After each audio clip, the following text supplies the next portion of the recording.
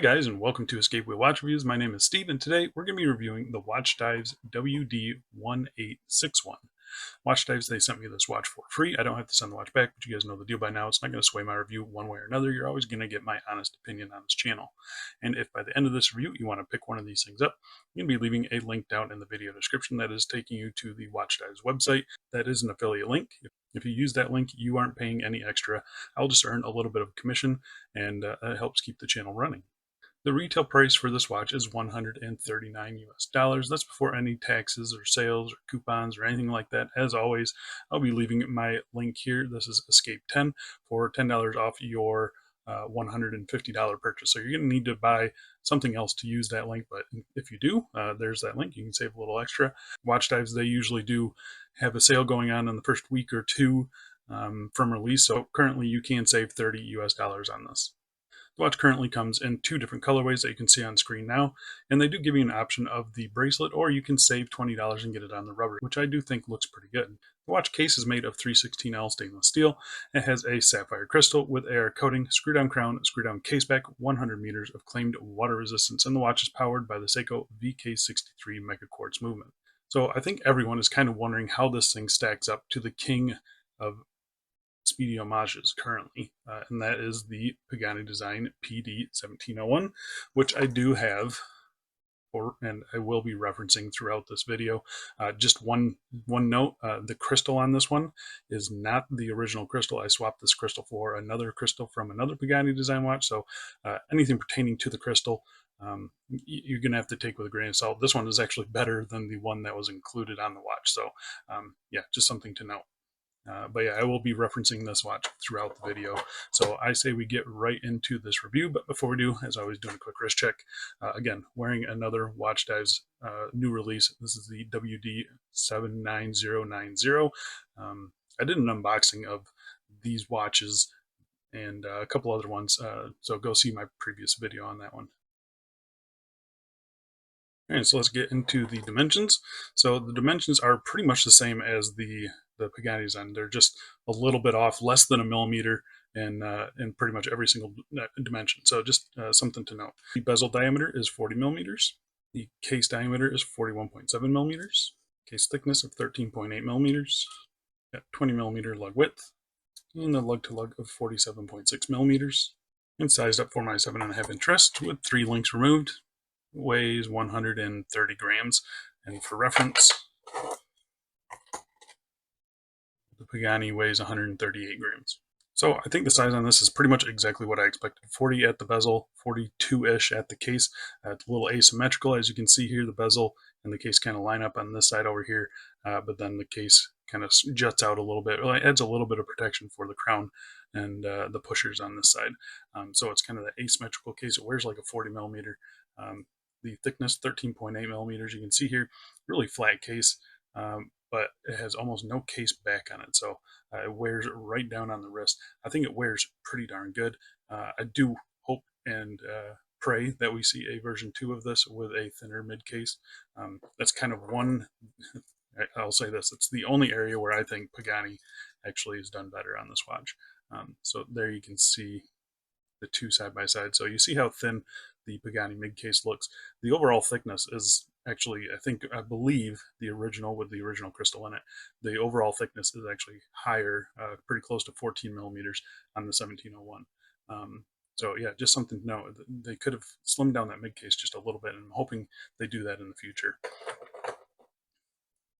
But it still doesn't take away from the fact that I really like the way that this watch wears. I prefer the 16 millimeter taper on the bracelet. So yeah, I'm gonna go outside right now and throw it on my wrist for you. And here we are on my 7.5 inch wrist, and as you would expect, it wears just great on me. Absolutely no issues with the way this thing wears. As you can see there, like I mentioned, a little bit of a thick mid case, but still looks pretty nice and sits right down on the wrist with that very flat case back. So I'm pretty happy with the way that this thing wears. You can see the bracelet, the crystal, I mean, just everything just works on this thing. It does feel a little top heavy, I'll say that, but really it's not that big of a deal, and I just think it looks really, really good. And popping into some direct sunlight there, you can see plenty of AR coating on this thing.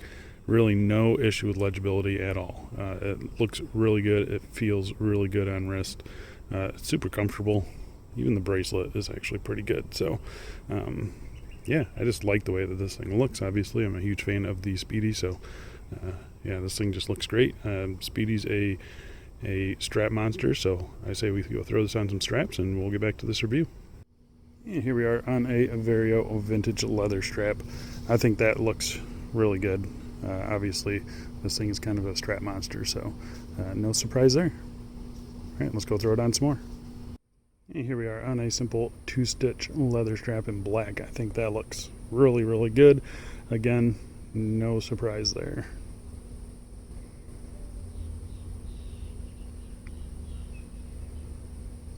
All right, let's go throw it on some more.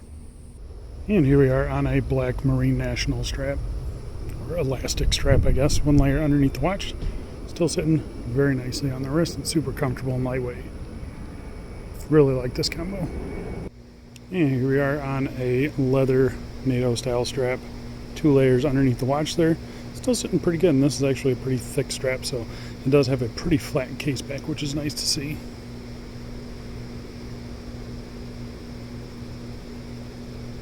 Alright, let's go back inside and let's get back to this review. Alright, let's talk about the case finishing on this thing. So the case finishing is a mixture of brushed and polished surfaces. First things first, we're going to touch on the bezel insert.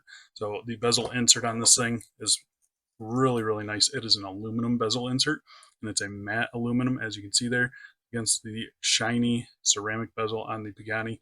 It just looks so much better. Having these things side by side like this, you can just see how much better that bezel looks. Some people are saying that it looks a little thick, and they are right. It's a little bit thick, definitely thicker than the original watch, but it's not something that has bothered me. Not in the least.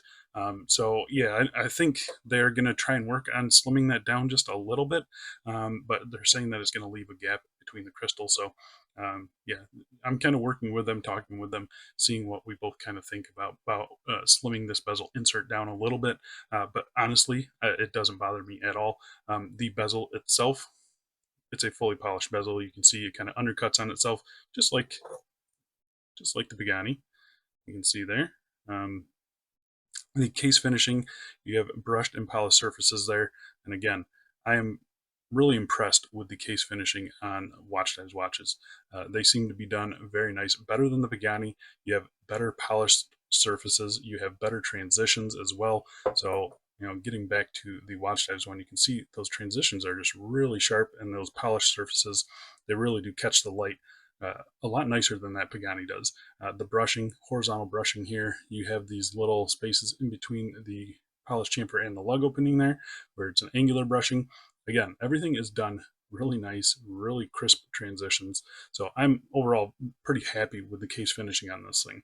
You got a signed screw down crown here, good size. I think it sticks out maybe just a little too much. The pushers, people say, are sticking out too much, definitely sticking out more than the Pagani one. You can see there they stick out a little bit. So yeah, it's just something to know. Again, it hasn't bothered me yet. Obviously, I would like this as close to a one-to-one Homage as we can get. So we might have to address these pushers here in the future, but for now, they're fine, fully accessible, no issues with that at all. Flipping it over to the case back here, you have your coin edge style case back, which I hate. I'm not really sure why they decided to use this on this watch. Yeah, I would just prefer simple notches to get a tool in there. It's an unoffensive case back as far as the design goes and the finishing goes. Circular brushing, unsigned, polished accents. There's no sharp edges or anything like that. This bottom edge of the case, maybe you just, I'm not even going to say it's sharp. Hasn't bothered me on wrist at all. Circular brushing on the bottom of the lugs there. Everything is done nice and smooth. No real sharp edges on this thing. Even with the bracelet off, the lugs aren't very sharp or anything like that. So overall, I'm pretty satisfied with the case finishing on this thing. I just think the case shape could have been a little bit better. But besides that, I really like it. That bezel insert is absolutely key for this watch. So really happy that they went with a matte aluminum bezel insert. I think it looks absolutely fantastic. All right, so let's talk about the crystal on this thing. First things first, test it for sapphire. It is positive for sapphire. And it is a beautiful box dome sapphire crystal. As you can see there, flat on the top, Really nice distortion at the edges. They did a excellent job on this one. Clear and reflective coating and plenty of it. It is a beautiful, beautiful crystal. You can see how high that sits up to. Yeah, they picked a really, really good one, guys. It looks absolutely fantastic. Not really sure what else to say. Nice and clear, even at the extreme angles. But I love that distortion on the edges. I think it looks good. And they did inset the minute track enough where it doesn't get distorted. So yeah, really happy with the crystal on this thing. Sadly, I can't test it against the Pagani. Again, this is not an aftermarket crystal, but it's another crystal off of a different Pagani. This one is actually nicer than the one that came on it, and you can already see that it's just not even close, really. The original crystal on this was very reflective.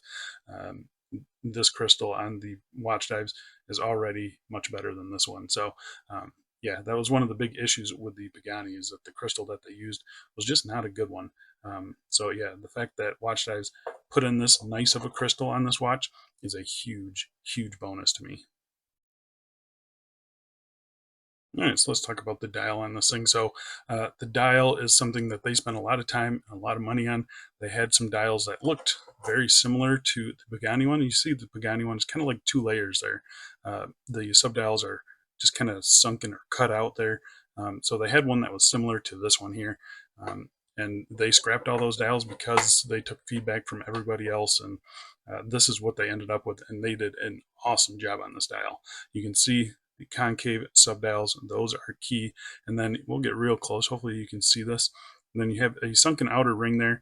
And each of those hour markers are actually printed on a little piece that kind of sticks up in that outer minute track. It's a really subtle detail, but I think it looks very, very good. They just nailed the dial on this thing. It's a matte black. The white dial is a glossy white dial. You have your Watchdives logo, chronograph, professional printed there at the 12 o'clock. You got your phallic indice there at the 12 o'clock.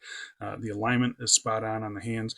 I always thought the handset used on the Pagani was a little bit too big and a little bit too bold. So yeah, they did use a slightly smaller handset on the Watchdives version, and I think it looks a lot better. The subdial printing layout, as you can see here, much cleaner on the Watchdives version as well. No date window either, so really nice and clean. They just nailed the dial and the hands on this thing. Yeah, really, I cannot complain about that at all. They did an excellent job. Even the lume on this thing. So the Pagani obviously is notorious for bad lume. So I'm going to pop up a lume shot here. You can see it against the Pagani on the right and the Yema rallograph on the left, which I consider to be a really good lume application for a chronograph. The BGW9 lume on this thing is killer. It lasts all night long. I was easily able to read this thing in the middle of the night, which is not something I can say for the Pagani. The Pagani, you can see, just fades immediately. This one is really impressive with the lume. I'm quite happy with it. It's not diver good, but it doesn't need to be. But it's definitely better than it actually needs to be. So really happy with the lume on this watch. All right, so let's talk about the movement in this thing. So the movement is the same as the Pagani design. It's the Seiko VK63 Mecha Quartz. It is 2 years of battery life, or 3 years of battery life, I believe. They do everything you need to do. They're accurate. They're reliable. I believe the accuracy is like stated at plus or minus 20 seconds a month.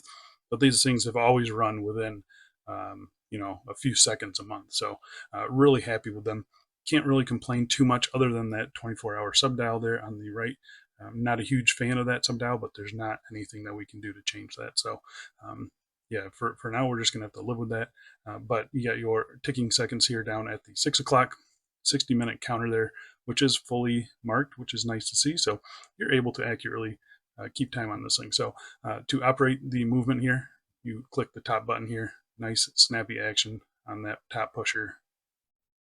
When you start it, when you stop it, nice clicks. Resetting, everything snaps right back. I will mention I wouldn't reset this hand closer to the 6 o'clock position. It does do that kind of. There's so much torque in that snap, and the head on this chronograph second hand is so big compared to the shaft there that it does tend to bend the second hand every just very slightly. It's something that I noticed. It's something that I pointed out to Watchdives. They're going to look into it as well. So yeah, if you're going to reset this thing, just reset it like within the top third of the dial, and you should be fine. It's just something to note. But yeah, other than that, I have zero complaints with the movement. It functions just as you would expect it to. Screw down crown is nice and smooth. Again, it is signed there. It's a good size, and it's a lot less sharp than the Pagani one. This top edge on the Pagani one was just really, really sharp.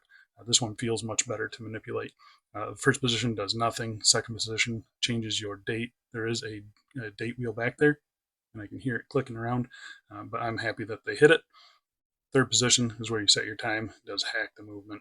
Everything, like I said, everything functions as it should. The hands don't jump or anything like that. So overall, I am pretty satisfied with the movement in this thing.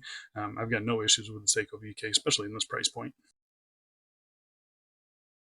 All right, so let's talk about the bracelet on this thing. So the bracelet, I am happy to say, is another upgrade from the Pagani design. So we have 20 millimeters, and it tapers down to 16 millimeters at the clasp. I'm going to bring the Pagani in. And you can just kind of see how this thing looks in comparison. I'm not convinced the Pagani is using the same steel. It has a more brown tint to it. So yeah, I'm not sure if you can see that on camera, but it's definitely a more brownish or bronze, not bronze, but it's just a more brown colored steel. So I think it's a different grade of steel. I'm not really positive on that, but just something to know. And you can kind of see here the finishing on the Watchdives just appears more consistent and better defined. I'll say that, just better defined. So really happy with the bracelet on this thing. I like the taper on it.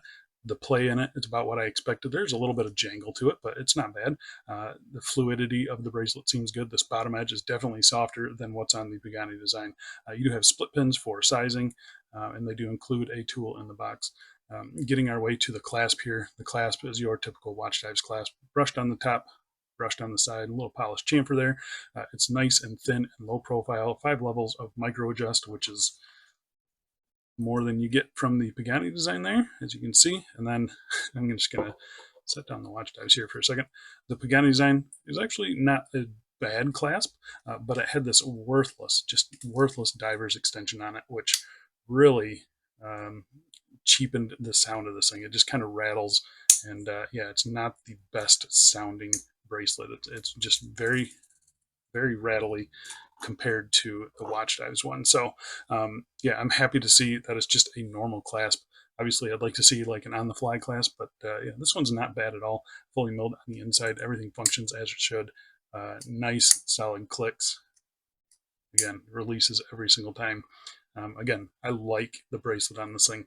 The end links here, you can see they fit nice and tight in the case. No issues there. Female pivot end links as well. They aren't rubbing on each other or anything like that. So very happy with that. They are solid end links. And you got nice solid spring bars in there too. I was messing with the Pagani trying to get it back on its bracelet. And that thing was just a nightmare because they use some cheap, flimsy spring bars. These have nice, solid spring bars if you're into that kind of thing. So really happy with the bracelet on this thing. I think it looks fantastic.